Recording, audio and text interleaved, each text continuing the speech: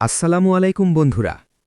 আজকে আমি তোমাদের সাথে এমন একটা বিষয় নিয়ে কথা বলবো যেটা হয়তো তোমার ট্রেডিং ক্যারিয়ারকে সম্পূর্ণভাবে বদলে দিতে পারে। একটা প্রশ্ন করি তোমাকে, তুমি কি কখনো ভেবেছ যে কেন তুমি ট্রেডিং শিখছ, কোর্স করছ, ভিডিও দেখছ, কিন্তু এখনও প্রফিট কনসিস্টেন্ট হচ্ছে না? কেন তোমার অ্যাকাউন্ট বারবার ব্লো হয়ে যাচ্ছে? কেন তুমি মার্কেট পড়তে পারছো না? আমি জানি এই ফিলিংটা কতটা হতাশাজনক। রাত জেগে চার্ট দেখা, ইন্ডিকেটর লাগানো, স্ট্র্যাটেজি টেস্ট করা, কিন্তু শেষ পর্যন্ত একই জায়গায় দাঁড়িয়ে থাকা। কিন্তু সমস্যাটা কোথায় জানো? সমস্যা তোমার মধ্যে না। সমস্যা হলো তুমি মার্কেটের ভাষা এখনও পুরোপুরি শিখতে পারোনি। আর মার্কেটের ভাষা হলো ক্যান্ডেলস্টিক। হ্যাঁ বন্ধু, ক্যান্ডেলস্টিক শুধু একটা চার্ট প্যাটার্ন না, এটা হলো মার্কেটের মনস্তত্ত্ব, বায়ার আর সেলারদের মধ্যে যুদ্ধের গল্প, প্রাইস মুভমেন্টের সিক্রেট মেসেজ। আজকের এই ভিডিওতে আমি তোমাদের সাথে শেয়ার করব ক্যান্ডেলস্টিক ট্রেডিং বাইবেল নামের একটি মাস্টারপিস বইয়ের সম্পূর্ণ নির্যাস। এই বইটাতে আছে ৫০টি ক্যান্ডেলস্টিক প্যাটার্নের গভীর বিশ্লেষণ, সাইকোলজি এবং রিয়েল ট্রেডিং এক্সাম্পল। কিন্তু শুধু প্যাটার্ন চেনা নয়, আমি তোমাকে শেখাবো কিভাবে সেই প্যাটার্ন ব্যবহার করে মার্কেটের সাইকোলজি বুঝবে, কখন ট্রেড নেবে, কখন অপেক্ষা করবে, এবং সবচেয়ে গুরুত্বপূর্ণ কিভাবে তোমার ইমোশনকে কন্ট্রোল করবে। তো বন্ধু, যদি তুমি সত্যিই সিরিয়াস হও ট্রেডিং নিয়ে, যদি তুমি চাও প্রফেশনাল ট্রেডার হতে, তাহলে এই ভিডিওটা শেষ পর্যন্ত দেখো।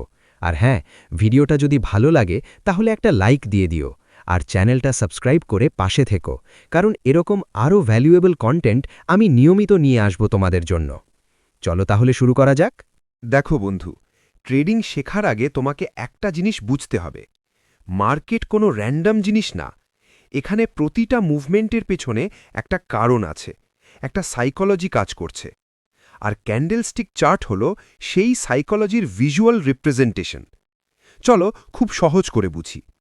একটা ক্যান্ডেলস্টিকে থাকে চারটে জিনিস: ওপেন, হাই, লো আর ক্লোজ। এই চার্টে পয়েন্ট তোমাকে বলে দেয় একটা নির্দিষ্ট সময়ে বায়ার আর সেলারদের মধ্যে কি যুদ্ধ হয়েছে। বডি দেখে বুঝবে কে জিতল, বায়ার নাকি সেলার। উইক দেখে বুঝবে যুদ্ধটা কতটা তীব্র ছিল। উদাহরণ দিই, ধরো একটা লং গ্রিন ক্যান্ডেল দেখলে, বডি মোটা, উইক ছোট। এর মানে কি? এর মানে হল বায়াররা সেলারদের কমপ্লিটলি ডমিনেট করেছে। প্রাইস ওপেন হওয়ার পর থেকে শুরু করে ক্লোজ পর্যন্ত বায়াররা কন্ট্রোল রেখেছে। এটা বুলিশ সেন্টিমেন্টের সিগন্যাল।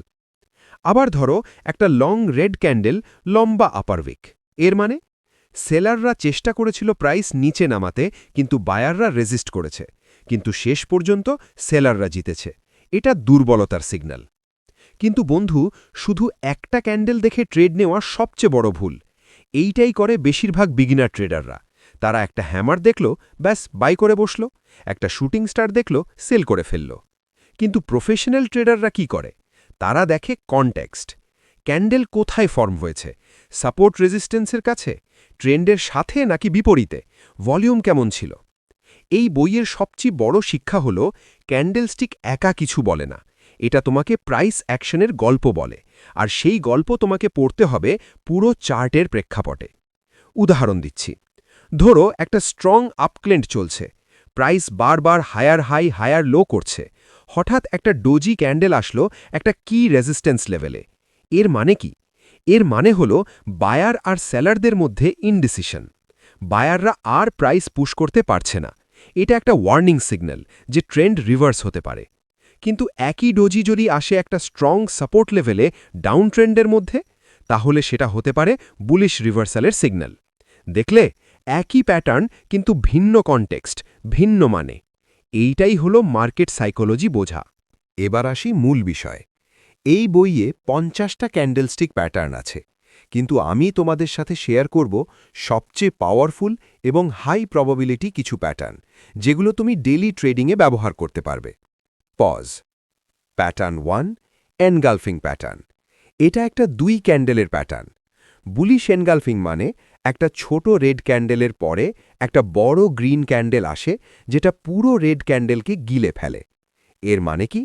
এর মানে সেলাররা কন্ট্রোল হারিয়ে ফেলেছে। বায়াররা এত শক্তিশালী হয়ে এসেছে যে তারা পুরো বিয়ারিশ মুভমেন্টকে রিজেক্ট করে দিয়েছে।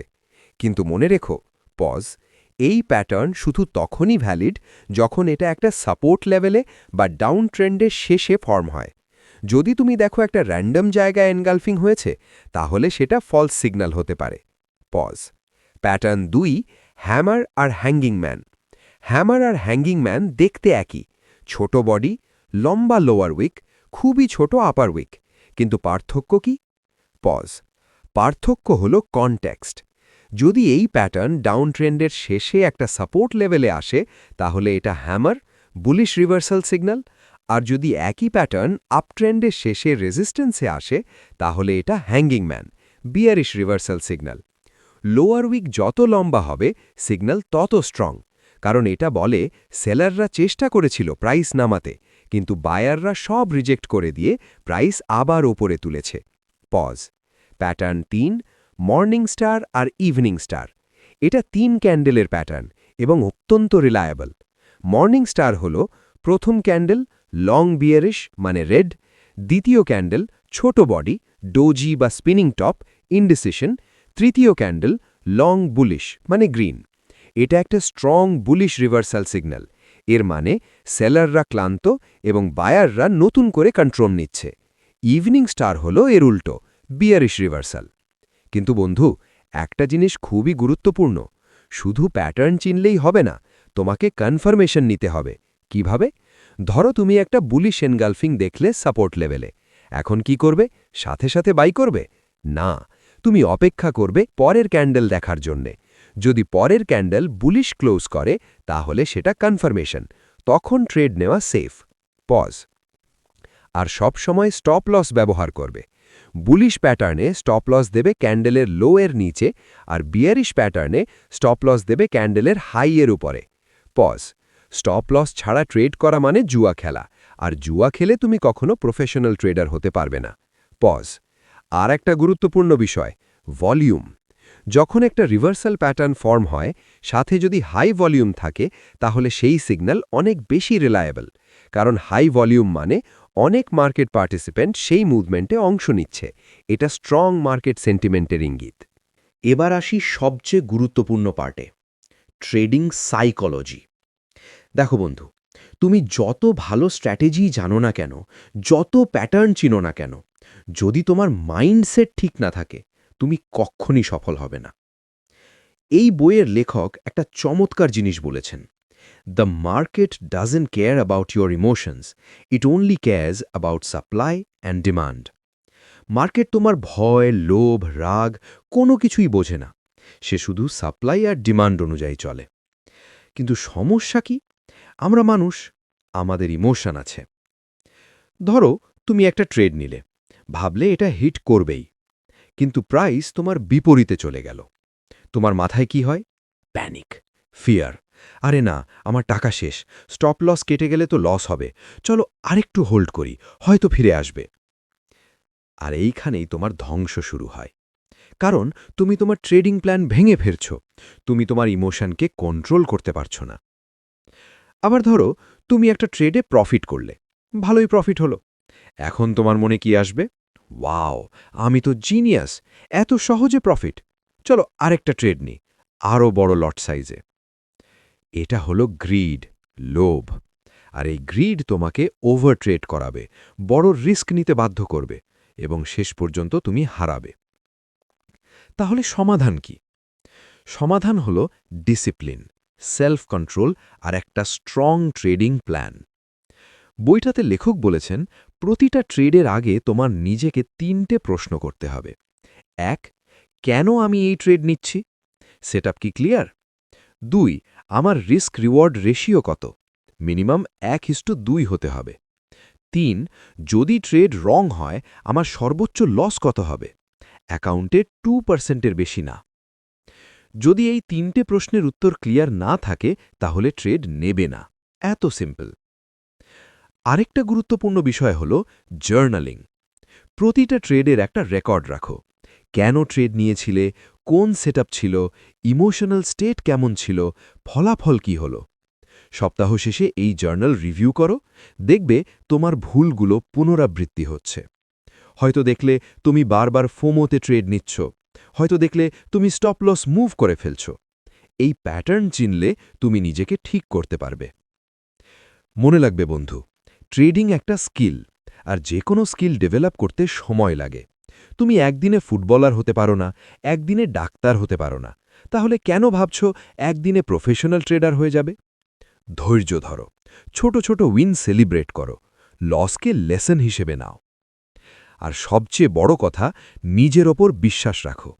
তুমি পারবে, তুমি শিখবে, তুমি সফল হবে। শুধু দরকার কনসিস্টেন্সি আর কমিটমেন্ট। তো বন্ধুরা, আজকের এই ভিডিওতে আমরা কি শিখলাম? আমরা শিখলাম ক্যান্ডেলস্টিক শুধু একটা চার্ট এলিমেন্ট না, এটা মার্কেট সাইকোলজির ভাষা। আমরা শিখলাম প্যাটার্ন চেনা যথেষ্ট না, কনটেক্সট বোঝা জরুরি। আমরা শিখলাম কিভাবে হাই প্রবাবিলিটি সেটআপ খুঁজতে হয়, কিভাবে এন্ট্রি নিতে হয়, কিভাবে স্টপ লস সেট করতে হয়। এবং সবচেয়ে গুরুত্বপূর্ণ, আমরা শিখলাম ট্রেডিং শুধু স্ট্র্যাটেজির খেলা না, এটা সাইকোলজির খেলা। তোমার সবচেয়ে বড় শত্রু মার্কেট না, তোমার সবচেয়ে বড় শত্রু তোমার নিজের ভয় আর লোভ। ক্যান্ডেলস্টিক ট্রেডিং বাইবেল বইটা আমার জীবন পাল্টে দিয়েছে। আমি জানি এটা তোমার জীবনও পাল্টাতে পারে যদি তুমি সিরিয়াসলি ফলো করো। এখন তোমার কাছে আমার একটা রিকোয়েস্ট। তুমি যদি এই ভিডিও থেকে ভ্যালু পেয়ে থাকো, যদি মনে করো তোমার ট্রেডিং জার্নিতে এটা হেল্পফুল হবে, তাহলে প্লিজ একটা লাইক দিয়ে দাও। আর যদি তুমি চাও ট্রেডিং, সাইকোলজি, সেলফ ইমপ্রুভমেন্ট নিয়ে আরও এরকম কন্টেন্ট, তাহলে বুক টু মাইন্ডসেট চ্যানেলটা সাবস্ক্রাইব করে পাশে থেকো। আর বেল আইকনে ক্লিক করে নোটিফিকেশন অন করে রাখো, যাতে নতুন ভিডিও আপলোড হওয়ার সাথে সাথে তুমি জানতে পারো। কমেন্ট সেকশনে লিখে জানাও তোমার সবচেয়ে বড় ট্রেডিং চ্যালেঞ্জ কি। ক্যান্ডেলস্টিক পড়তে সমস্যা, সাইকোলজি কন্ট্রোল করতে পারছো না, নাকি রিস্ক ম্যানেজমেন্টে দুর্বল? আমি প্রতিটা কমেন্ট পড়ি এবং উত্তর দেওয়ার চেষ্টা করি। তোমার সমস্যা জানলে আমি পরবর্তী ভিডিওতে সেই টপিক নিয়ে আলোচনা করতে পারব। দেখো বন্ধু, আমি জানি ট্রেডিং জার্নি কঠিন, অনেক হতাশা, অনেক লস, অনেক রাত জেগে চার্ট দেখা। কিন্তু বিশ্বাস করো, এই যাত্রা সার্থক। যখন তুমি তোমার প্রথম কনসিস্টেন্ট প্রফিটেবল মান্থ করবে, যখন তুমি তোমার ইমোশন কন্ট্রোল করতে শিখবে, যখন তুমি মার্কেটের ভাষা বুঝতে পারবে, সেই অনুভূতি, সেই সেলফ কনফিডেন্স, সেই ফাইন্যান্সিয়াল ফ্রিডম, সব কিছুই তোমার জন্য অপেক্ষা করছে। শুধু তুমি হাল ছেড়ো না। মনে রেখো, success is not final, failure is not fatal, it is the courage to continue that counts. তুমি পারবে, আমি তোমার উপর বিশ্বাস রাখি। তো আজকের মতো এখানেই শেষ করছি। পরের ভিডিওতে দেখা হবে নতুন কোনো ইনসাইটফুল টপিক নিয়ে। ততদিন পর্যন্ত হ্যাপি ট্রেডিং, নিজের যত্ন নিও আর মার্কেটকে রেসপেক্ট করো। আল্লাহ হাফেজ।